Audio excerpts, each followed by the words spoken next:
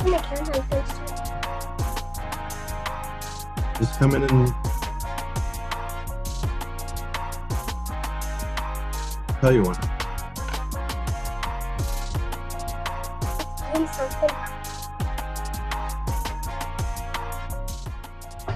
Okay, 5, 4.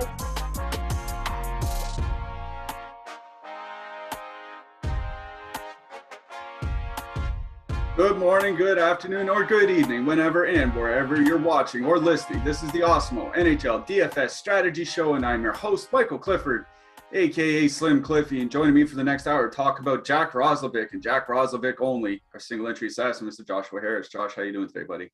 I'm pretty well. Jack Roslovic, one of my adopted sons, so pretty happy with his game yesterday. People were saying, "Oh, he's bad. He's the man." Yeah, he had a 2-goal game last night. Frustrating on my end. I had a Cole Sillinger one-off to go with Merzlikins. Had I just gone with a cheaper punt defenseman, I could have gone with Roslovic and added a couple goals to my single entry and probably cashed, but I did not. I had Minnesota won. I didn't cash last night. I went single entry, and it was frustrating because I had Minnesota won plus Merzlikins, and that went fine for me. But I had New Jersey. I had Bratt and Hughes with Ryan Graves in the late game.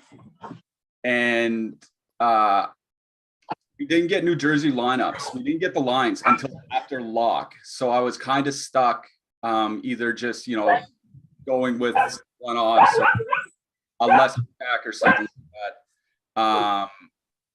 Decided to just stick with New Jersey. And that obviously didn't really do a whole lot. I didn't cash. Not a good night for me. How did you do last night? I'm in cash. Bacon min cashed. King Bacon Pie is riled up right now. I told everyone not to rile him up. Anyway, I'm in cash. That Calgary one empty net goal killed me. I was pretty high up the standings. That was a pretty chalk goal. Kachuk got the 3-point bonus, and then Hedman scored twice in the third period. So I used Minnesota 1, Columbus, and then I had a Toffoli, Rasmus Anderson little mini there. So did all right. Could have been better, but we move on to tonight. I like this slate. A lot of road teams in good spots. Yeah, it is an interesting slate here we have tonight. Definitely a lot of injury news, guys in and out of the lineup, guys missing, guys suspended. We will certainly go through all those games one by one in detail.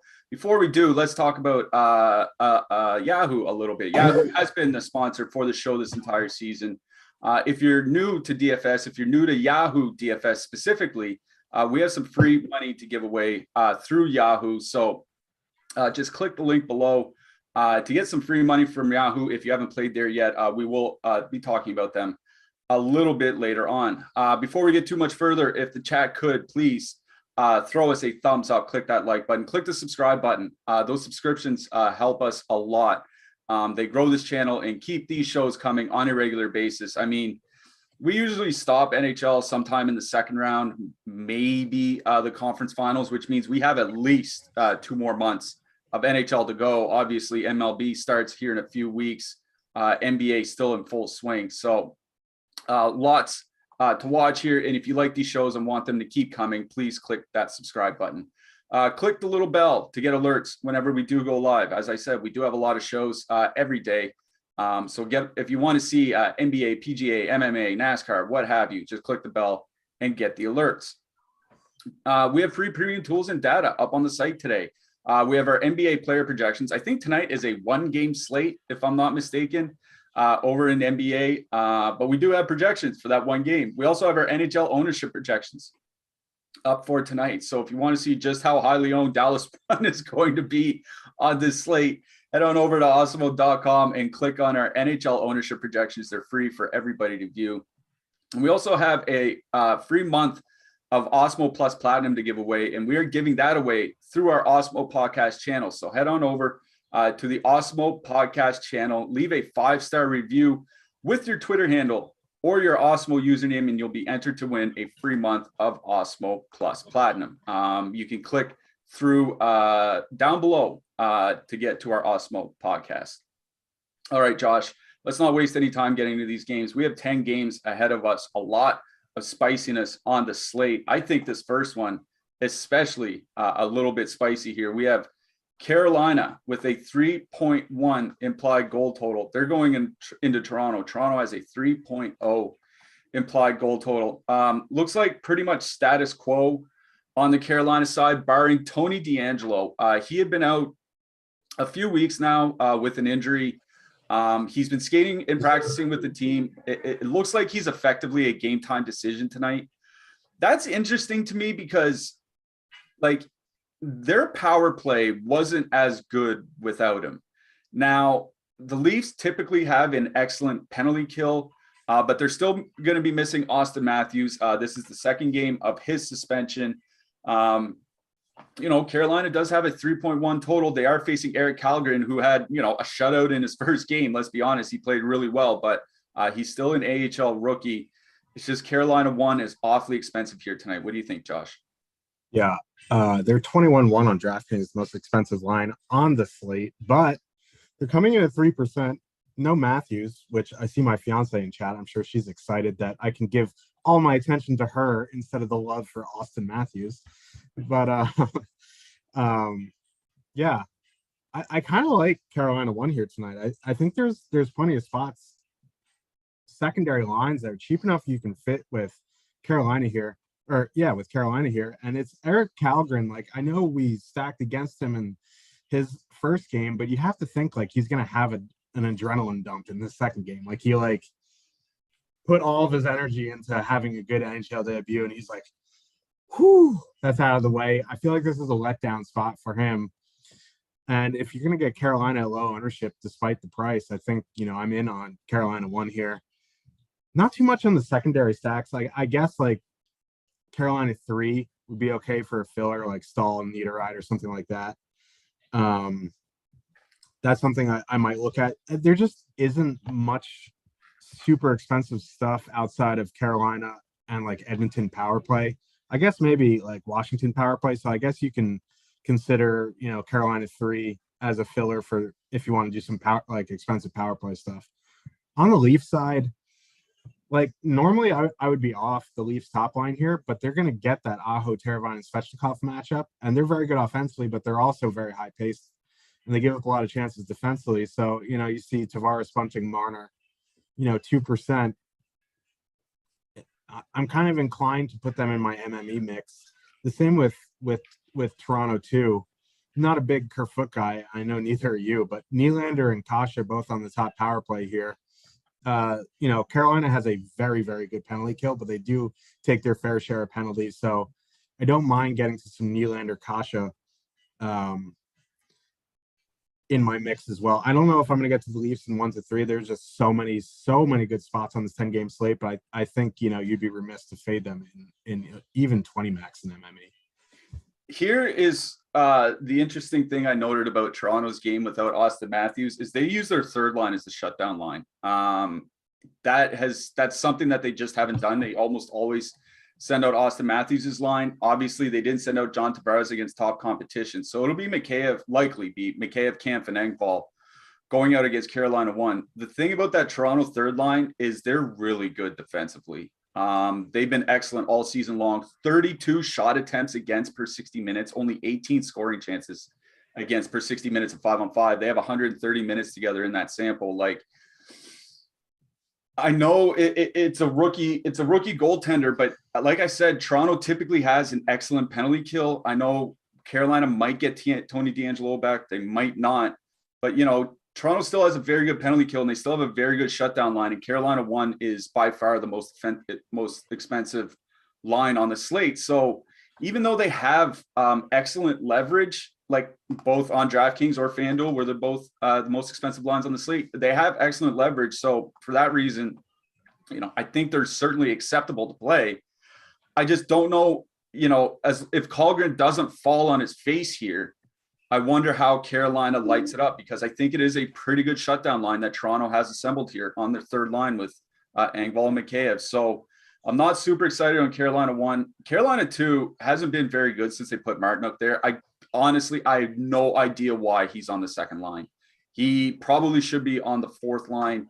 Move Kotkaniemi up there. Move Derek Stepan up there. Like, Derek Stepan's not even having a bad season. It's just Jordan Martinook on that line, really dragging them down underwater by scoring chance share, only generating 23 scoring chances per 60 minutes together. So I'm with you. Like, of the two top lines in this game, I like the Toronto top line better here. It's just they're both very good penalty kills. And when I see two very good penalty killing teams, it worries me about, that 5 or 6 goal upside. Yes, they can get there at even strength. Yes, maybe the penalty kill has a bad night, but seems like relying on that on a massive slate. I don't know. I like Toronto 1 more than Carolina 1 here. But I'm going to say this probably isn't a game where I'm going to have much. Like, maybe I end up with a one-off. Maybe I ended up with a defenseman or something. But that's about it. Speaking of defensemen, let's talk about them. Tony DeAngelo, if he does play, looks like he's coming in on DraftKings at 5,500, which it feels about right. He's not a massive peripherals guy. He does kind of rely on the power play for his production. And like I said, this isn't a good power play matchup for Carolina. So not sure there's a whole lot I like other than maybe the Boucher, Ilya Lyubushkin, min price for the Leafs. Could block some shots here tonight from a Carolina team that takes a lot of shots. What do you think? Yeah, I agree on the Lyubushkin. That's really about it, because like even Rasmus Sandin's still 2,600, but he's down on the third pair. The other guys are above 3, which is too much. Like, I don't want to pay over 3K for Toronto defensemen. It is what it is. On the Carolina side, there really isn't much either outside of correlating with DeAngelo if you are playing Carolina 1. Like, Shea and Pesce are over 4K on DraftKings, and that's just too much. Yeah, I agree with that. Notice in chat, Wolf Girl says that pretty much locks in a Martinook hat trick tonight. She obviously pays attention because that's probably what's going to happen now. Who was it yesterday? We did it to somebody. Oh, don't ask me. It's always somebody, but yeah, the chat was just annoyed. There's always, of course, there's always 1 or 2 guys on every slate that we slag and that will eventually go out and score. That's just kind of the way it goes. All right, let's just get to the next game. Dallas, 3.5 implied goal total. They're going into Montreal. The Canadiens have a 2.5 implied goal total. Dallas won. Robertson, Hintz, and Pavelski. They're not that expensive, at least over on DraftKings. Over on DraftKings, they're coming in under 19K. Over on FanDuel, they are the second most expensive line on the slate, so it is a different decision over there. Dallas is probably going to be the highest owned stack on the slate, if not, amongst the top 3, depending what happens with Edmonton and their stacks and so forth. Here's the interesting thing about Dallas is I was reading this morning from an interview with Rick Bowness, the Dallas head coach, and he was saying it's bothering him how much they're relying on the top line for scoring. I think they said something like 46% of the goals have come from that top line this year. Like, the rest of the team just is not producing. He talked that they might have to break up the top line to get some scoring throughout the lineup. And I remember last year, Jason Robertson played a fair bit down on the second line. Now, they're expected to start the game together, and I imagine, like, if Dallas gets out to a 2 or 3-0 lead, which they very well could, they're a heavy favorite here tonight. If they get out to a lead, they're not going to break the lineup up. But if Montreal gets out to a 1 or 2-0 lead, maybe it's in the back of his head that they have to break up the lines. I'm trying to find reason to talk myself out of playing 20% plus Dallas 1 tonight. What do you think about this game, Josh? Yeah, they're 18-9 on DraftKings, which is reasonable, and they're projected in our lineup builder for 41.2 DraftKings points, which is legitimately asinine. But the thing is, like, they're coming in at over 21%, and it's a 10-game slate. So, like, it's one of those questions where do you want to play them in an elite spot? And if they get there, you and a quarter of the field have them, you know what I mean? Or you can fade them and hope they bust, and then you're ahead of quarter of the field. Now, Jake Allen is starting for the Canadiens tonight, and let's just be honest, he's a better goaltender than Dikembe Mutombo. Like, it just is what it is. Like, Allen has the potential to just, like, he's not some superstar, but he's a pretty good goalie. He has the potential to, like, I think at worst he's a good backup goalie in the NHL, or like a low end starter. Like, he's not some AHL goalie. And he's 6,700 on DraftKings. I'm almost tempted to be more tempted to play Jake Allen over Dallas 1 here. That's not how leverage works in DFS, really. But I understand. That being said, like in 1 to 3, in on Dallas 1, but I think fading them is a very good option as well. It's just like it's a 10-game slate, 22%. We saw some of these lines last night. These top lines weren't even 22%, and it was a 4-game slate. Like Minnesota 1 was under 10% on a 4-game slate. Hence Robertson, Pavelski, Avery is it. Hold on. Hence Pavelski Robertson is 18-9 on a 10-game slate. I think, you know, ownership is kind of price driven there as well, but like I'm fine with the play because it's one of the best power play spots on the night.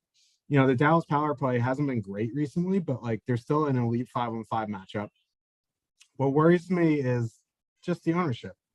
So like, I know we say ownership doesn't matter, but like in this situation, it does. Like playing them is fine.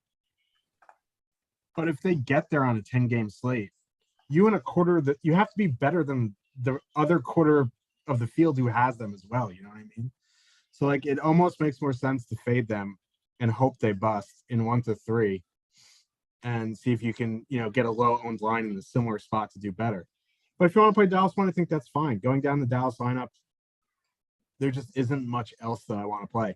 On the Canadian side, we just don't know lines. Like Dvorak's back.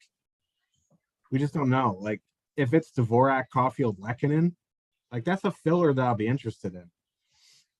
Hoffman, Suzuki, Gallagher, like they're gonna get Dallas 1. So, oh no, like Evans may be going out against Dallas 1. Yeah, they moved to like the second, third lines for shutdown. They're not using Suzuki much in that role anymore. So, like, yeah, maybe some Montreal 1, but like we just don't know lines. Could it be Hoffman, Suzuki, Gallagher? Probably. But would you be surprised to see Suzuki, Caulfield, Gallagher? No. So like this is the 7:00 game, so we have to see lines before our conjecture. Like one of these top 2 lines that avoids Hintz and Robertson, I'll probably have some interest in, depending on the line combination. I'm telling you now, if it is Dvorak, Lehkonen, and Caulfield, they're definitely going to be heavy in my mix for a filler. Yeah, I just want to talk about Dallas's big injury. Not injury, he's sick, but Miro Heiskanen being out of the lineup. We talked about it in the last game. I think like I talked about how missing him will obviously hurt the team. I don't think I really hammered that point home enough.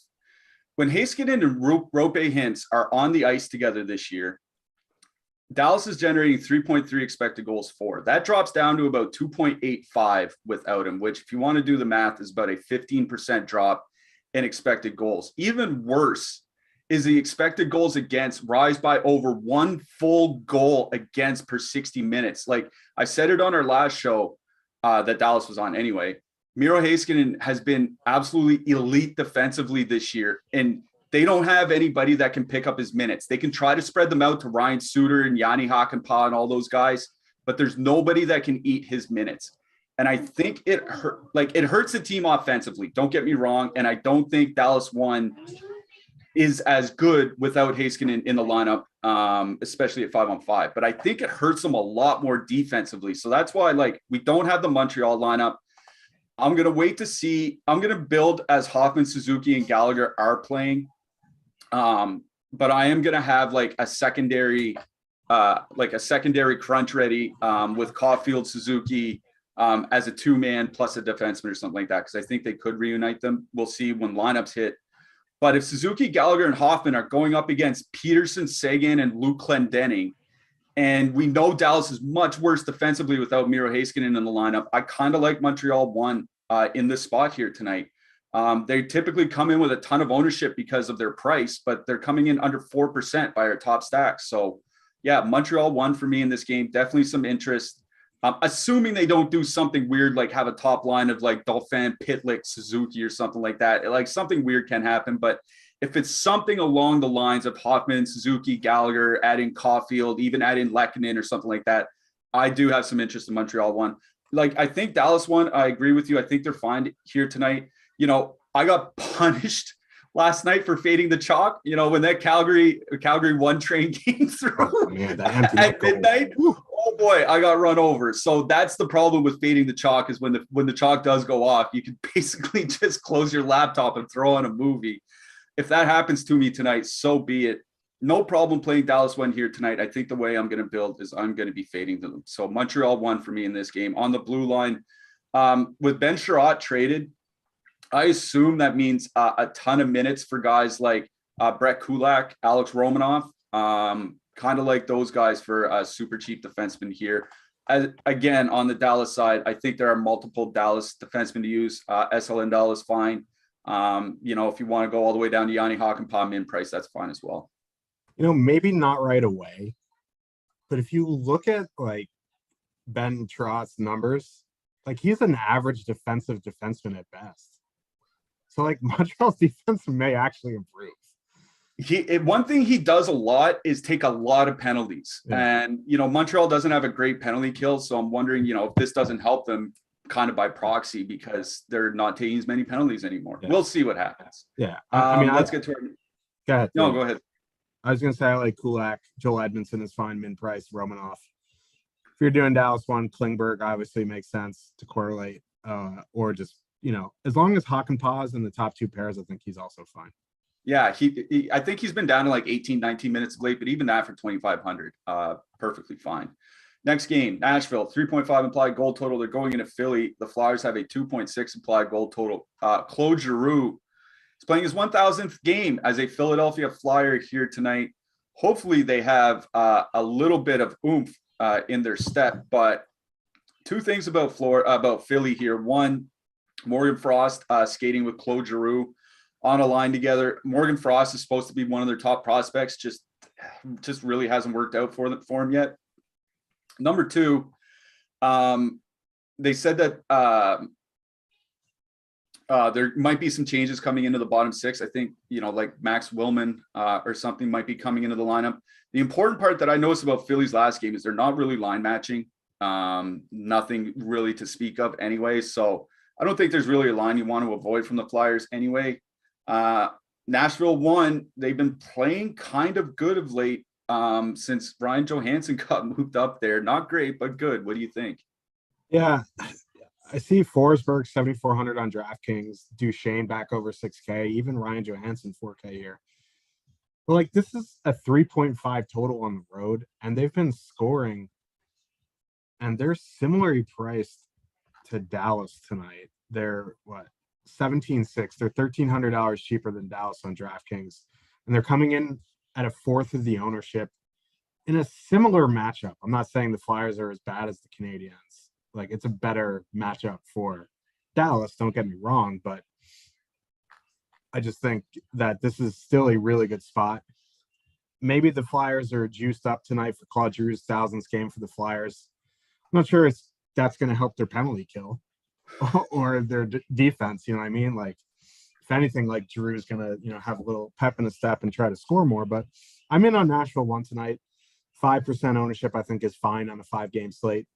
It's like the theme for tonight. All these top lines on the road are in really good spots. So, like, I know people are more comfortable stacking home teams, but it is what it's going to be. You know what I mean? Like, I'm in on Nashville one. If you want to leave Johansson off, I guess it's fine. Like, I think if I'm going to use Nashville, I'm just going to full stack. I might even try to get in Yossi too. Like, he's 8,200. So like Nashville one plus Yossi could get you on a fairly unique path depending on, the rest of your build. Not that you have to worry about it much in single entry or, MME. Like, it's more of an MME thing, like trying to get unique. And I think trying to get unique in MME is you include Yossi in your Nashville one stacks. Going down the lineup, there isn't too much I'm interested in on the depth of Nashville. Maybe like if you're looking for like a super cheap 2-man to get into Edmonton power plays, like Tanner Jeannot with Yakov Trenin, like they've been pretty good for a third line, but like that seems like that's more for like our boss Jake in his 149th out of 150 lineup, getting some Yakov Trenin in there. On the Flyer side, listen, like we've talked about it ad nauseum, how bad the Nashville penalty kill has been. It's gotten a little bit better, but it's still not great. to see with lines here, like, and it just drives me absolutely nuts that Derek Brassard's on the top power play. But that second line of Ran Rienstyk, Brassard, Atkinson's fully correlated. Yeah, they don't really line match, but if they did, I doubt they'd go out against Nashville 1. So I'm kind of in on Flyers second line here as, you know, a 20 max to 150 max type of play. And I think, you know, Giroux is obviously fine tonight. I think, you know, if you live on narrative street, which a lot of DFS players do, I think you stack the top line here. But that second line being fairly cheap, like it's really cheap. It's 11-1 on DraftKings and fully correlated, I think makes some sense as a filler in MME. Here's my issue with Nashville is they're doing like a lot of other teams are doing and really starting to spread out the ice time. They only have 2 forwards in the month of March playing over 17 minutes a game. And one of them is Michael Granlund. And I don't think like he might get 1 shot on goal every 50 minutes of ice time or something like that. So the only guy getting significant minutes that is really valuable to us is Matt Duchene. Like Forsberg's at like 16:30, like Brian Johansson's at like just under 17 minutes. Like they're not playing very much. And they're not that cheap either. That's the other thing here. Nashville won 17-6. Like when you see the rest of the lines on this slate, they're a top 10 line by pricing here tonight. That feels kind of extreme for me. You know, more expensive than Buffalo, more expensive than the Rangers top line, more expensive than San Jose top line, more expensive than the Vegas top line, more expensive, $3,000 more expensive than the Kings top line. Like it's just, for me, it's a function of 1, of price, and 2, of ice time. Why I don't really like Nashville. I think it's a case where I think I'd rather play Roman Josi than anything else. I get that he's getting really, really expensive. If you want to fade Josi, that's fine. It's just, I don't really want to stack a line that's going to play like 16 minutes tonight and pay like 17,600 for them. You know what I mean? I'd rather just go somewhere else. So I think Nashville 1 is fine because there's not a matchup that I'm concerned about on the Flyers side. And as you mentioned, that Flyers penalty kill is awful and they're all fully correlated on the top power play. So I'm at least going to leave Nashville in the mix, like in my consideration mix. But they're not going to be prioritized or anything like that for me. On the Flyers side, that Flyers second line just hasn't been very good in almost any incarnation. Like Brassard and Atkinson without Giroux, like we're looking at a sub 40% scoring chance share. They're just, and then you look down on the third line, Kevin Hayes just hasn't been able to put his season together. So then you're relying on Lindblom and Farabee to carry him, which they can't. So I think for me, if anything, it's a Giroux, Konechny, Frost stack, Giroux, Konechny, 2-man, something like that. It'd be either of the top lines for me in this game. On the blue line, like I said, playing Roman Josi, absolutely fine here. Travis Sanheim at 3K, I find kind of interesting. I think he's a good defenseman for that price. Not a bad matchup for him either, but that's about it. What do you think? Yeah, it's just Josi or bust for me on the national side. I guess like Ekholm's fine if you need like a mid-3 punt. And yeah, I agree with you. Sanheim's probably the only guy I would consider on the Flyer side. Yeah, I noticed in chat, Cosmo saying would suggest a full fade on Josi. Like, I can't really disagree with that when he's 8,200 on the road and will be one of the 10 most owned skaters on the entire slate. I just think he's still really, really good, and this is a pretty good matchup for him. That's all. So I think it's in that Dallas 1 situation where either way, I think is perfectly fine here. If you haven't checked out our premium betting picks subscription, now is the time. Today is the last day. You can click the link below to subscribe to our betting picks Discord channel. For $10 off, you enter the promo code, let me see those picks, one word, all caps. Each day, Alex Awesemo Baker, Ben Raza, and Steve DeColt's Buzzard use Awesemo's industry-leading projection models to identify the best potential ROI situations and provide catered snapshot betting analysis in an actionable time frame. Check out today's best bets below. All right, Washington, 3.8 implied goal total going to Columbus. Jackets have a 2.7 implied goal total. Columbus played last night. Columbus won last night, 4-1 in Ottawa. So some travel going from Ottawa to Columbus across that border, not nothing. Washington is in town this is a good matchup for the Caps. Washington is doing the same thing that I just mentioned with Nashville and really starting to spread out the ice time. I don't remember seeing this since basically, I think Adam Oates was the coach. Alex Ovechkin is under. Honestly, I think he was the guy that almost sewered his career, wasn't it? It was him or Dale Hunter, one of the other. It was probably both. So, Alex Ovechkin in the month of March is playing under 18 minutes a game. That is extremely rare for him. He was like 21 minutes earlier in the season. Like at his lowest, he'd probably play like 19 to 20. 17 to 18 minutes feels extremely low, but it is the Columbus Blue Jackets. They're not a very good defensive team, and it is a back-to-back for them. What do you think, Josh? Yeah, that's the problem. Like the Jackets back-to-back, probably not Merzlikins in that. Pretty bad penalty kill. But again, like Ovechkin, 8,400. That's a steep price to play for 18 minutes. Granted, he probably could, no one ever guards him on the power play for whatever reason his whole career. He could get 2 goals pretty quickly. So yeah, like in theory, I'm fine with the Caps. I just hate stacking the Caps. And with like Sheary on that top line, they are not good. It's just miserable. Like they're gonna get the line-in matchup, but like I almost prefer Columbus 1 here to Washington 1. They're getting almost no ownership. We'll work through this here. They're 12-4 to full stack. They're coming in at 1%. Listen, the Caps are pretty good defensively, pretty good penalty kill. But like their goalies have been up and down. And Sheary on that top line, just I don't know what it is with like Sheary and Ovechkin's numbers. It's just they're just not great. So like for that price, I don't mind Columbus 1 here as a filler. Like I wouldn't advise going bonkers. They played yesterday, but they still have a 2.7 total at home against a good team. That's not nothing. You know what I mean? Like I think they're a nice low-owned filler tonight. They're fully correlated. I'm coming around on line A now just because like now he's not super chalk. And he has a decent 5-on-5 matchup despite like how bad, the analytics say his line is. It is what it is with line A. There's those guys like line A, Patrick Kane, there's others. So like I'm okay with Columbus 1 as a filler in MME.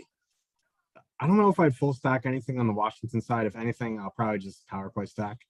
Go Backstrom, Ovechkin, Carlson, Kuznetsov, Ovechkin, Oshie, something, mix and match those guys. Like I treat Washington like I do Edmonton. Put Ovechkin in and put a couple guys around him on the power play. But full stacking, like maybe I want to full stack Washington too, but they've just been so bad. Like I need to see a good game out of them first before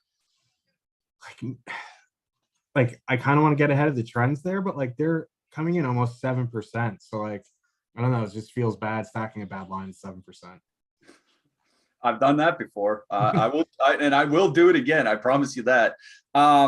Yeah, here's with Connor Sheary up on the top line. You mentioned that they're not doing very well. Like they're underwater by scoring chance share, and they're only generating 26 scoring chances per 60 minutes at 5-on-5. Like that's not very good. As you mentioned, it should be a good matchup going into Columbus 1, but also not a huge sample. We're getting just over 50 minutes, but Rozovic and Laine have actually played fairly well together this year. Like I get some of those minutes, not always against top lines, but I just said this Washington top line hasn't been good.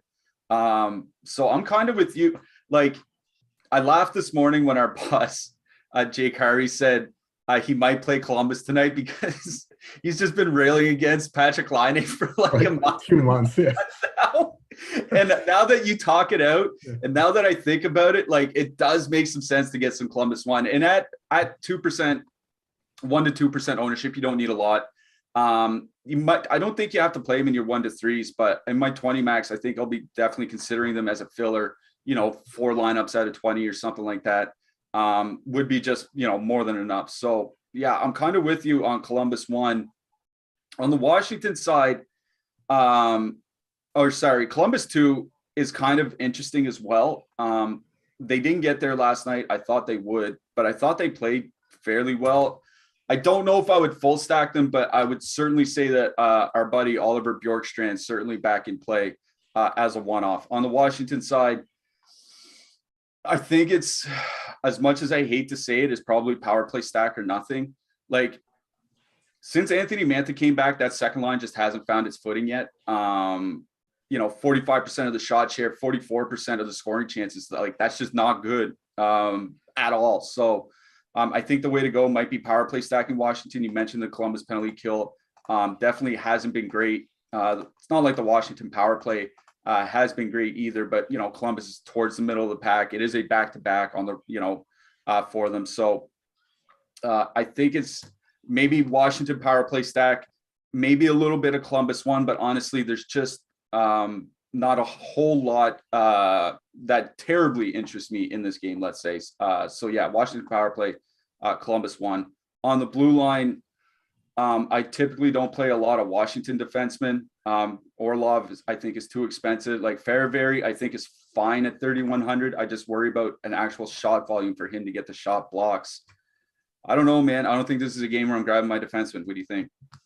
Yeah, like normally Peak or Gavrikov are fine, but like, I don't know. Washington doesn't generate a ton 5-on-5, so I think I agree with you. Like, outside of correlating, I'm probably going to look elsewhere. Yep. So let's look to our next game then. New York Islanders, 2.6 implied goal total, going into New York to face the Rangers. The Rangers have a 2.9 implied goal total. I'm laughing because you guys can't see on the other side of the screen. Josh is doing his Frank the Tank impression. It got me laughing during the show yesterday. Frank Vetrano was traded to the Rangers yesterday. Not 100% confirmed he plays tonight, but it certainly looks like he's going to play. The beat writers are expecting him to play. We don't know exactly where he's going to slot in. I think like he could slot in on the third line, but I think you and I are both expecting him to slot in on the second line with Dryden Hunt. All right, what do you think here? This is an interesting game because, like, for whatever reason, for the past 3-4 weeks, the Rangers have been chalk, and they're just not tonight. Now, I think I know why. It's because the Islanders don't take penalties, and the Rangers are pretty reliant on the power play. So, yeah, we could be at a stalemate here. And this is a rivalry game. Like, these are always like low-scoring, chippy, nightmare fuel, watching paint dry type games. So, like, yeah, I get the ownership here on both sides is really low, but I think there's some merit to going to both top lines here. It's going to be Igor. Georgiev, was in last game. They're just giving Igor a breather after giving up, 3 goals in back-to-back games the first time since, like, we landed on the moon in 1969. So he just, he needed to, get some grease on the joints and work it out. That being said, like, that top line for the Islanders still creating over 4 expected goals per 60. Rangers aren't great 5-on-5. They're coming in at 1%.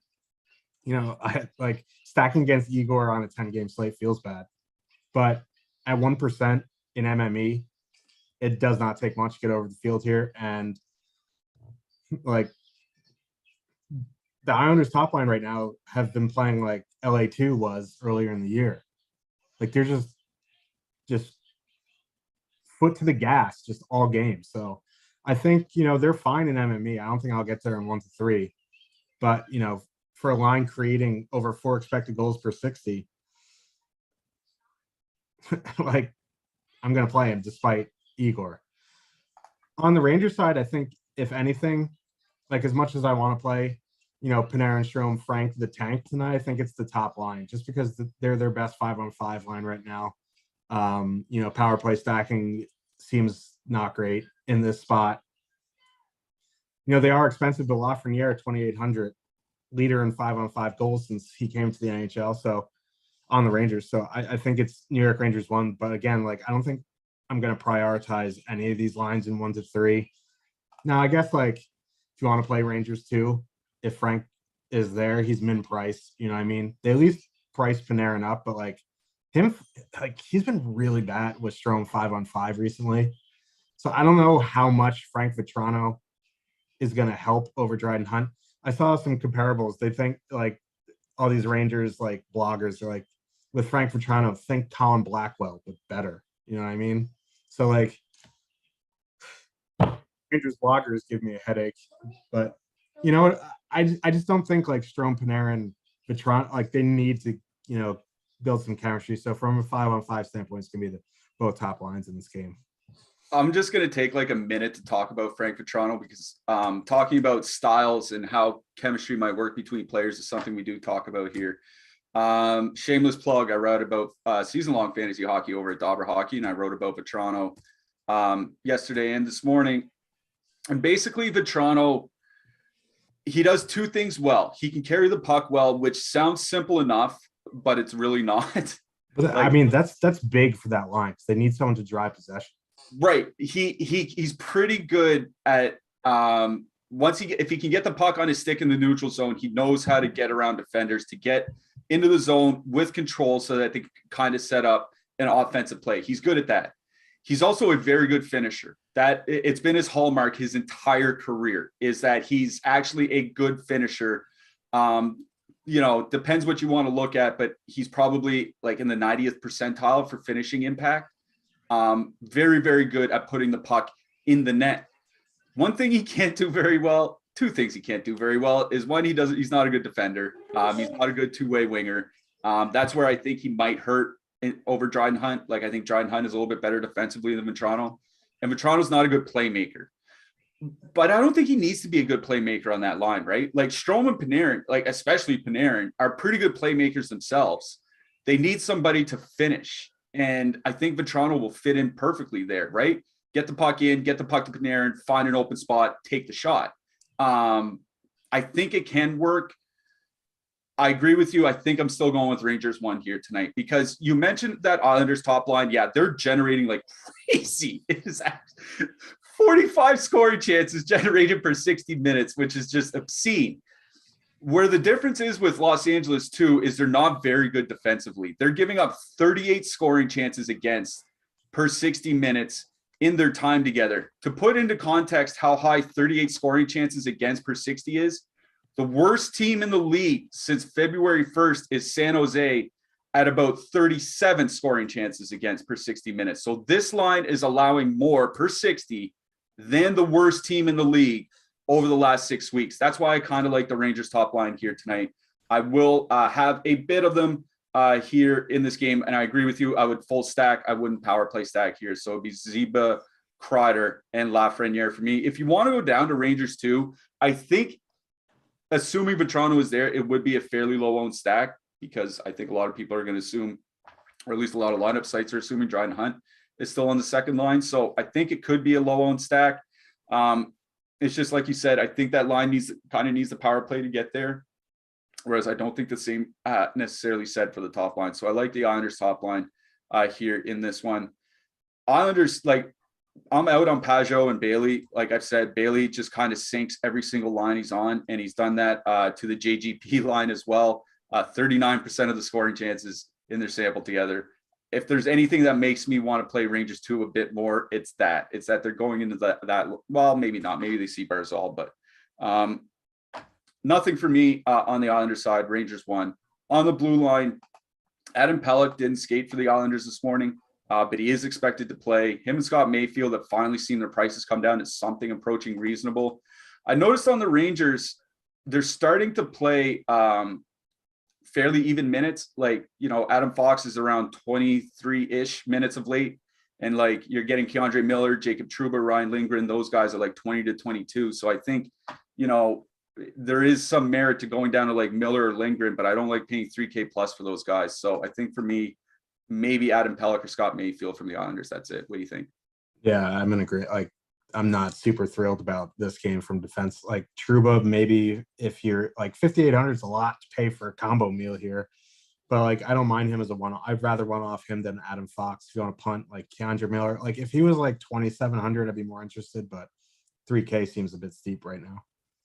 Yep, I agree with that. I talked about Yahoo a little bit earlier in the show. We have partnered with Yahoo Fantasy to bring you some great offers. Check out our exclusive limited time offer, which gets you 1 free month of Awesemo Plus Platinum. To qualify, you need to be new to Yahoo, sign up for an account via the link below, deposit and play. That's it. Yahoo will send us your name after you played in your first paid contest, and we will reach out via email with your coupon. If you'd like to speed up the process of getting access, email support@awesemo.com. We'll get you set up right away. You can also claim a free $10 of site credit by clicking the link in the video description below, and that can be used to enter any Yahoo contest, including tonight's $5,000 NHL Baller. Make sure to use our DFS tools and projections designed specifically for Yahoo to give yourself the best shot at winning big. Should probably shout out our boss, Jake Harry. I think he took down a Yahoo contest last night. Awesome for him. But yeah, if you're a first-time user, you can get some free money from Yahoo. Just click through below. Pittsburgh, 3.1 implied goal total. Going into St. Louis, the Blues have a 3.0 implied goal total. The Blues pulled off the old shimmy and shake on us here. Robert Thomas practiced yesterday, practiced today, practiced with the power play, not playing though. Okay. Looks like Braden Shen probably back on the second line with Jordan Kyrou and Vladimir Tarasenko. Pavel Buchnevich is back in the lineup for the Blues. I think his was an illness or something like that. There's so many injuries.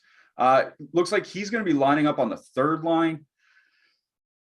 Evan Rodriguez still on the top line with Pittsburgh, which means Brian Rust on the second line with Malkin. I talked to you a little bit earlier in our Discord. Ryan O'Reilly had a really, really tough start to the season. Like his first at least 3 months were just bad, like still good defensively, but otherwise bad. That St. Louis top line has really turned the corner over the last month or so. They've been absolutely excellent. This isn't the same breakdown I would have given a month ago with the St. Louis team. What do you think, Josh? Yeah, and I had to ask you how to make sure I was reading it right. Besides them turning around offensively, they have not given up a goal in the past month at 505. Yeah.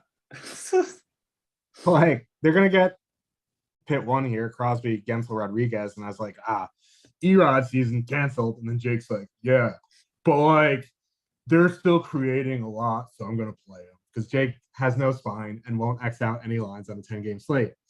I'm just kidding. I really I do like Pitt 1 here, but in 1 to 3, I'm probably going to be out on Pitt 1 as much as that makes me sad because I've been clamoring for Gensel, Crosby, Rodriguez since he left that line. But the O'Reilly numbers are hard to ignore here. For me, I'm going to go to Pitt 2. They're coming in at 1.5%. Probably going to get Shen, Kyrou, Tarasenko. If it was Robert Thomas there, I'd maybe be like, But Malkin and Rust on the top power play, coming in at 1.5%, I think is fine. Probably won't play him in 1 to 3, but I think they can be in your mix in MME. Heinen and Malkin have had a long sample this season. They've been playing well together. I would imagine Rust is an upgrade from whoever else has been there, so I don't mind Pitt 2. Pitt 1 you can have in MME. I think the more lineups you make, the more likely it is to get Pitt 1 in. And as weird as it is for me to say, on the St. Louis side, it is the St. Louis top line here. Yeah, with Rodriguez replacing Rust, maybe they shore up their stuff defensively. We just don't know yet. So at 3% for St. Louis 1, I'll take some shots. Not a huge believer in Tristan Jarry. I know he's obviously an NHL starter. He was an all-star this year over Igor. But I'll take a stab on St. Louis 1 here. It's a 3 total. You go down the lineup, Kyrou, Shen, Tarasenko. They're coming in under 1%. I guess that's fine. Again, it's that minutes thing with the Blues. They just spread out their ice time. So I'd rather just go to the cheaper line in St. Louis 1 tonight. Yeah. What St. Louis does is they basically don't play their fourth line. So lines 1 to 3, you'll see them 15 to 20 minutes. All 9 of those guys will probably be somewhere in that range. With Robert Thomas out, I'm not sure how that might change. I don't know if they want to play Logan Brown 16 minutes here tonight or whatever. But I agree with you. I can't believe I'm saying this. I agree with you on the St. Louis top line. Pittsburgh their top line has genuinely been falling off for about a month before they were broken up a couple games ago. And you're right, Evan Rodriguez might help there, but Rodriguez has had a pretty bad second half of the season himself. So I don't think it's a guarantee that they'll be better. And that St. Louis top line is relatively cheap. They're basically filler priced on DraftKings here tonight. So I think they're fine here as a filler. Normally I play St. Louis too, but with Braden Shen there, I really don't have any interest. he's burned me plenty of times so far this year, but his underlying metrics are bad. And that second line, 43% in their sample together, 43% of the scoring chances. So out on St. Louis 2, don't want to play St. Louis 3. So yeah, St. Louis 1 for me going into an uncertain Pitt 1 line. On the Pittsburgh side, it might be that second line that I like here. Malkin, Rust, and Heinen. They haven't played a lot together this year, but going back a couple years, Rust and Malkin controlling 57% of the scoring chances in their sample together. They're very good. So that's where I would look on the Pittsburgh side. Is I would get away from the Ryan O'Reilly matchup and I would look towards Malkin and Rust down on the second line. St. Louis 1 for me on the other side. On the blue line, not a whole lot that I really want to play here. Like, oh my God, I can't believe they're still playing Marco Scandella on the top pair. Torrey Krug and Colton Parayko are playing like 24 minutes of late. So, Justin Falk and Colton Parayko are. So I always say I don't mind Justin Falk as a one-off. I don't mind him here tonight, but honestly, this is another game where I don't like my defenseman. Outside of correlating, I don't even like correlating on the Blues because like they split up their power play units. And I just don't like playing. I don't know what, like Torrey Krug, that's something people are going to have to look at. Leaving Boston, going to the St. Louis, like, I don't know what happened to him, but that's for another time. Yeah, outside of correlating, looking elsewhere. All right, let's look into the next game then. Buffalo, 2.7 implied goal total going into Edmonton. The Oilers have a 3.9 implied goal total. The news here from the Oilers side is that looks like Jesse Puljujärvi is going to be back in the lineup, going on to the second line with Leon Draisaitl and Zach Hyman. That has pushed Ryan McLeod down the lineup. That line actually hadn't been bad together. Surprised that they broke it up so fast, but it is the Oilers. Here come the Oilers after all. They will also probably go out against the Buffalo top line. They've been using Draisaitl a little bit more as a shutdown center. Buffalo's top line, actually carrying a little bit of ownership here, but not a lot, 3 to 4%. I think there's a lot to play on both sides here, and I'm wondering how many people actually get to Buffalo. What do you think, Josh? Yeah, I saw there was a little bit of discussion on Buffalo in our Discord this morning, and everyone's like, I don't want to play them because they're the Buffalo Sabres, this and that. But it is the Edmonton Oilers, the clown show of the league, really. And they're starting Mike Smith tonight. Let me repeat that a little bit slower. The Oilers in the year of 2022 are starting Mike Smith. They just got rickrolled by the Wings. They somehow won the game, but, you know, the Wangs without Bertuzzi and Favre giving up 5 goals to them. They're like, you know what? You know who's our stopper? Mike Smith. Yeah, I like Buffalo 1 here. I prefer to play them at home. But like, they're not at home, and I still want to play them. Alex Tuck at 5,800, I think, is a good price. For what he does. Like, the line's not super expensive.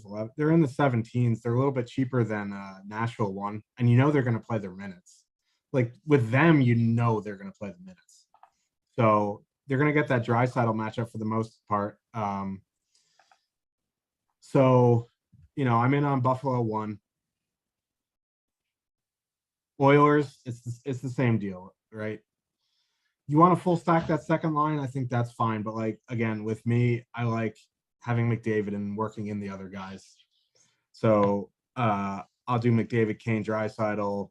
I would assume Puljujärvi takes the power play role back from Yamamoto, but, like, we just don't know until we get into the game. So I think McDavid, Draisaitl, and Kane are your safest bets for the 3 who are going to see the most power play time. But, like, if you have a lean, play those guys.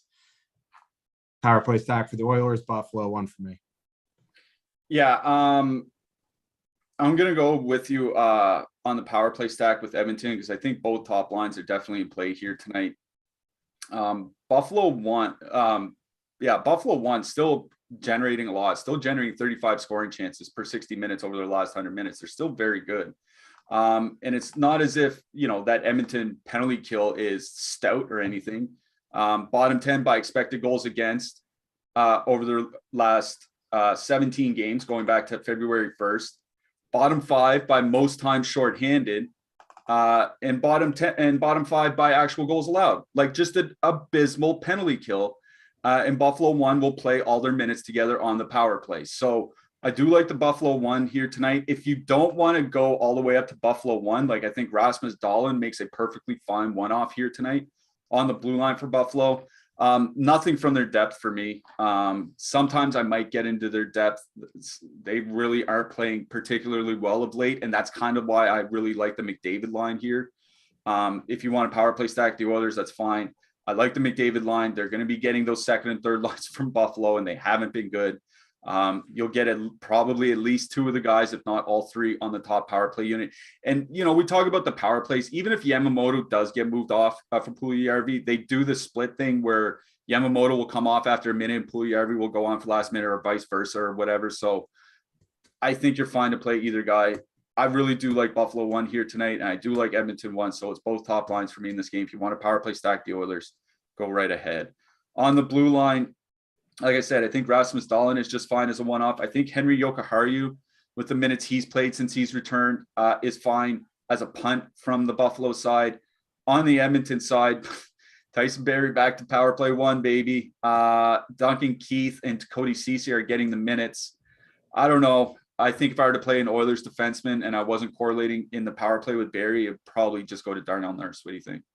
Yeah, or you can go all the way down to min price. Cowboy Chris Russell, baby. He's back. I guess.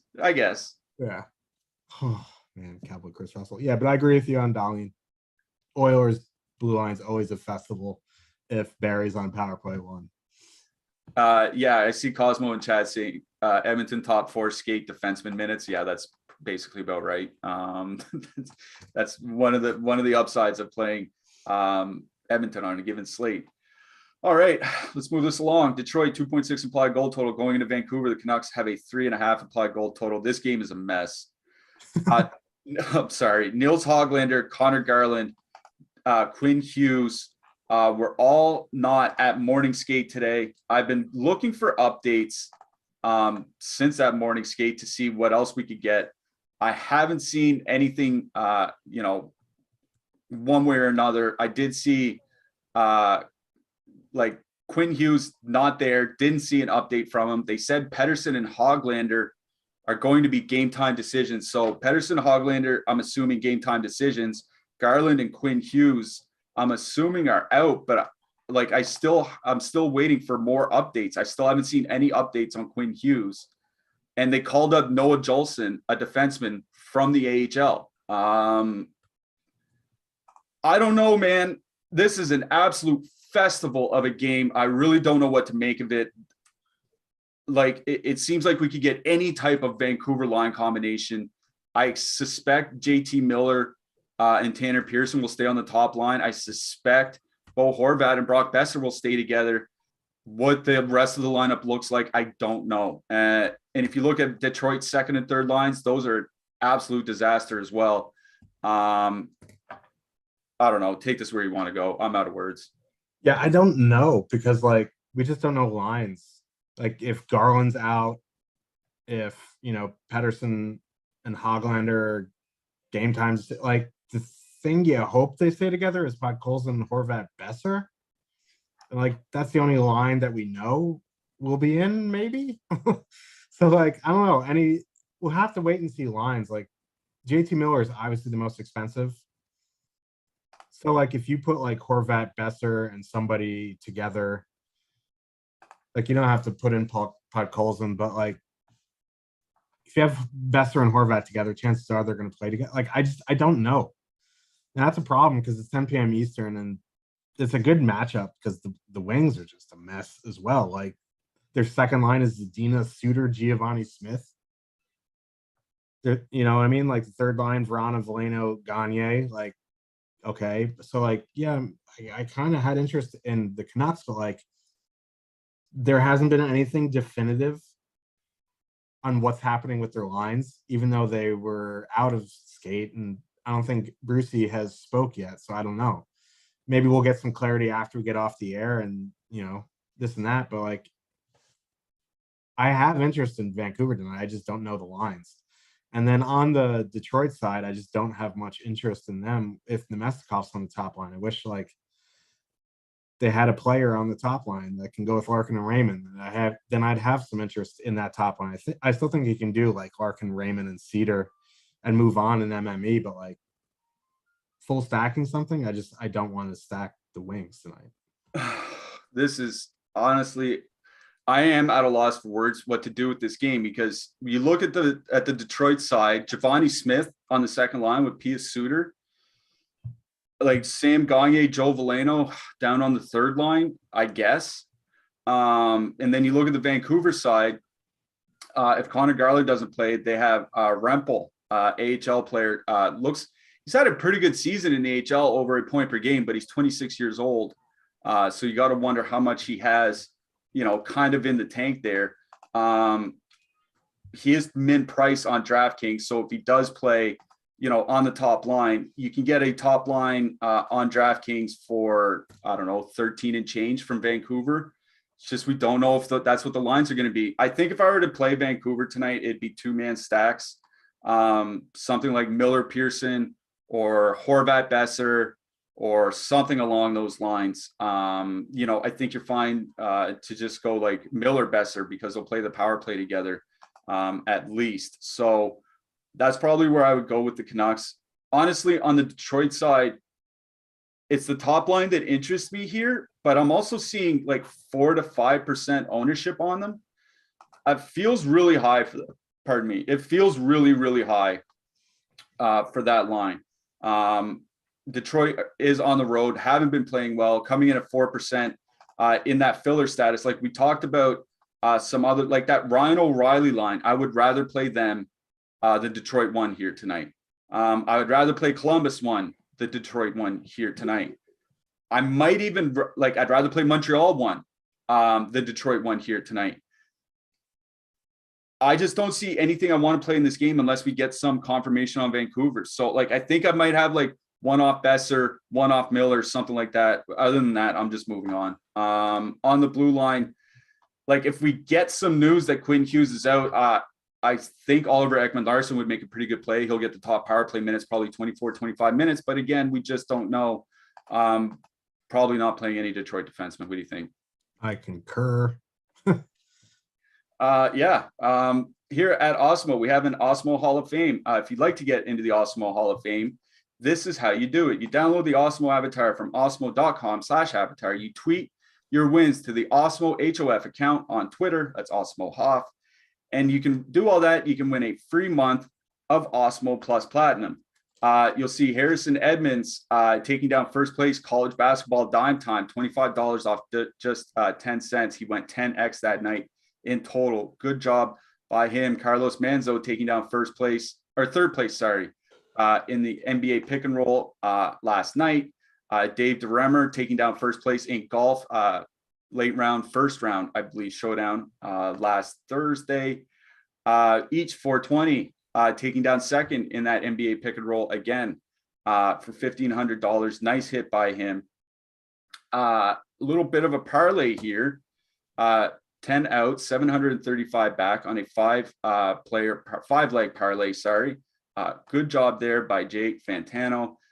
Jacob Pierce, JP Lee 23 over on DraftKings. Chop of first in NBA Showdown. Not bad. And finally, YJD taking down first place in the NBA. Looks like a solo entry. Congrats to him. So if you want to get into the Awesemo Hall of Fame, just download the Awesemo avatar from awesemo.com/avatar. Send your wins into the Awesemo Hoff account. Coming up after us, Locks Before Lock. That's our NBA prop betting show for the game tonight, coming up at 4:30 with Eitan and Savoca. Then after that is your NBA double dose of the deeper dive and Live Before Lock. I'm really interested to see how those guys cover 2 hours for one NBA game. That should be a lot of fun to watch. That's going to be a lot of good banter back and forth. All right, final 2 games to get to. San Jose 2.4 implied goal total going into Los Angeles. The Kings have a 3.1 implied goal total. Matt Roy hit the injured reserve. Drew Doughty was skating, but they're saying he's going to be out tonight. Alex Edler looks like he's going to be back for Los Angeles. He's been out a while. it's an interesting game because the Kings are missing a lot of defensemen. I mean, aside from just Matt Roy and Drew Doughty, they're missing Sean Walker, Mikey Anderson. That's basically their top 4 defensemen, all out of the lineup here tonight. San Jose only with a 2.4 total on the road, though. What do you think, Josh? Choking. Yeah, there's a lot of ownership on the Kings here. Like 30%. Well, not like 30% on the line, but like 16, like 12, 13% on the top line, like 15, 16% on the second line. Man, like Arvidsson being out, you think would slow down that second line, but with Arthur Kaliev there in a small sample, they're creating over 4.5 expected goals per 60, which is just crazy.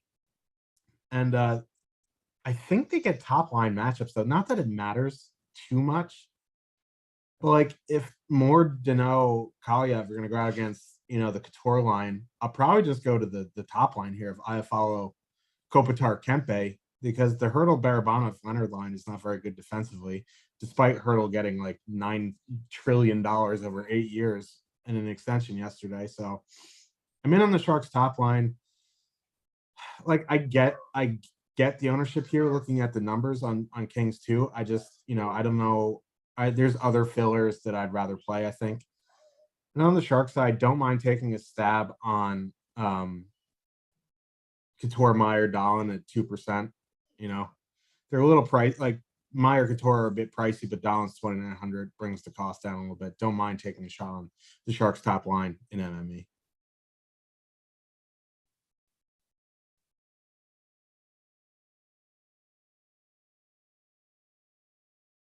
You're muted. My mistake. I started talking and I had my button on mute. Thanks for that. Like you said, if they very well could see the depth, not the depth, but some second and third lines getting some top line matchups. They got away from that in their last game against Los Angeles, or against Colorado. Sorry, Los Angeles moved that Kopitar line down to second and third line matchups. Yeah, I do like San Jose 1 here. The top line hasn't played a lot of late because Jonathan Dahlin was injured. But they typically have been excellent this year. They're generating 52 scoring chances together in their last 60 minutes of ice time, going back to the turn going into January. So obviously they've been very, very good. They're coming in with very low ownership. So I do like San Jose's top line here tonight. They're in that mid price range, coming in with positive leverage. They've been very good most of this year when they are together. So I like San Jose 1 here, not in on San Jose 2. San Jose 2 is just really, really bad. They just haven't been able to put together a second line without Timo Meier there. So yeah, San Jose 1 for me in this game. I'm probably going to be out on the Kings. I look at their ownership. 1 out of 3 lineups tonight are going to have either Kings 1 or Kings 2. Like if 30% of the field is going to have Los Angeles here tonight, I will just go to San Jose. So San Jose 1 for me in this game. On the blue line, you brought it up to me that Alex Edler, assuming he plays tonight, is min price. Min price Alex Edler is probably going to play over 20 minutes. Don't mind him. On the San Jose side, probably just Erik Karlsson if I'm correlating. That's about it. What do you think? Yeah, I mean, I don't mind Edler at min price. Who knows what type of player he is at this point, but like he's min price, so I'll find out. Yeah, and it's probably just Karlsson or Middleton for me on the Shark side. All right, let's get to this last game then. Florida, 3.6 implied goal total going into Vegas. Vegas has a 2.9 implied goal total. Vegas is going to be missing some players in this one. They have a lengthy injury list. Looks like Nick Hague is going to be out tonight for them. They are already missing a couple defensemen. So Dylan Coughlin looks like he might be skating up on the top pair with Alex Pietrangelo. I would caution there that I think they're probably just going to play Pietrangelo, Theodore, Whitecloud a whole bunch and then just mix and match defensemen after that. Like I wouldn't say Coughlin's going to get like 22 minutes or something here tonight. On the Florida side, predictably, they booted Joe Thornton off the top line once they got out of San Jose. So Max Mammon back on the top line for Florida with Carter Verhaeghe. Anthony Duclair back on the second line where he normally is, which means Sam Reinhart down to the third line. It's a pretty big total here for Florida, and I'm looking at Florida ownership, and there's none. Like none. I'm looking at 2% between their top three lines with a 3.6 total. I think we found our game, Josh. What do you think? Yeah. Just because like the Golden Knights have been sending out Stevenson against top comps, so they're probably going to get Barkov. Maybe that changed with the real wild Bill Carrier out. We don't know. But like Carlson, Eichel, Marchessault, very high event. Oh, they said Carrier's playing. He just took his was an actual maintenance day today. Okay, so yeah, so like Eichel, Carlson, Marchessault getting the Bennett matchup, and like that Eichel, Carlson, Marchessault line has a pretty small sample, but in that sample, they're giving up 20 high danger chances against for 60, which is a large number. Like Eichel going against Bennett, that's going to be very high event both ways. It's going to be up and down hockey. So yeah, I'm interested in Vegas 1, but they're coming in with double digits. So I'd rather just go to Florida 2. We're coming in at 2%. They get two guys on the top power play. Like, yeah, Bennett's minutes might be a bit of a concern, but like, I don't know. I'd much rather have the higher total side here than play Eichel double digits with these guys. He's playing with different line mates all the time. So Florida 2, Vegas 1. I'm interested in, but I'd rather just go to Florida 2. Yeah, Florida 2 for me in this game. They've been excellent together. Coming in with no ownership. You want to add in some Barkov for power play stack. I think that's fine, but no. For me, it's Florida 2 in this game. With Anthony Duclair there, I do like Duclair there on that second line, and he's a fair bit cheaper than Sam Reinhart, so it makes that stack a lot cheaper. All right. We're out of here, Josh. I'm going to ask you for your hat trick picks and your goalies. My hat trick pick for tonight is the guy I just mentioned, Anthony Duclair from Florida. My goalies are Ville Husso, Sergei Bobrovsky, UC Saros, and if you want to get some spiciness, James Reimer. Yep, I'll add to the spiciness with Nedeljkovic if all those guys from the Canucks are out. Don't even mind Jake Allen. That's really spicy. My hat trick pick is going to be Alex Tuck. Ooh, I like that. Alex Tuck, Anthony Duclair are your hat trick picks for tonight. All right. We got to get out of here. As I mentioned, lots of NBA coming up. So if you're playing NBA, stick around for that. We do have a show coming up tomorrow for that 6-game slate. So we will be back in a little under 23 hours. So until then, for producer Mike, for Josh, our single entry assassin, Michael Clifford saying good luck tonight, everybody.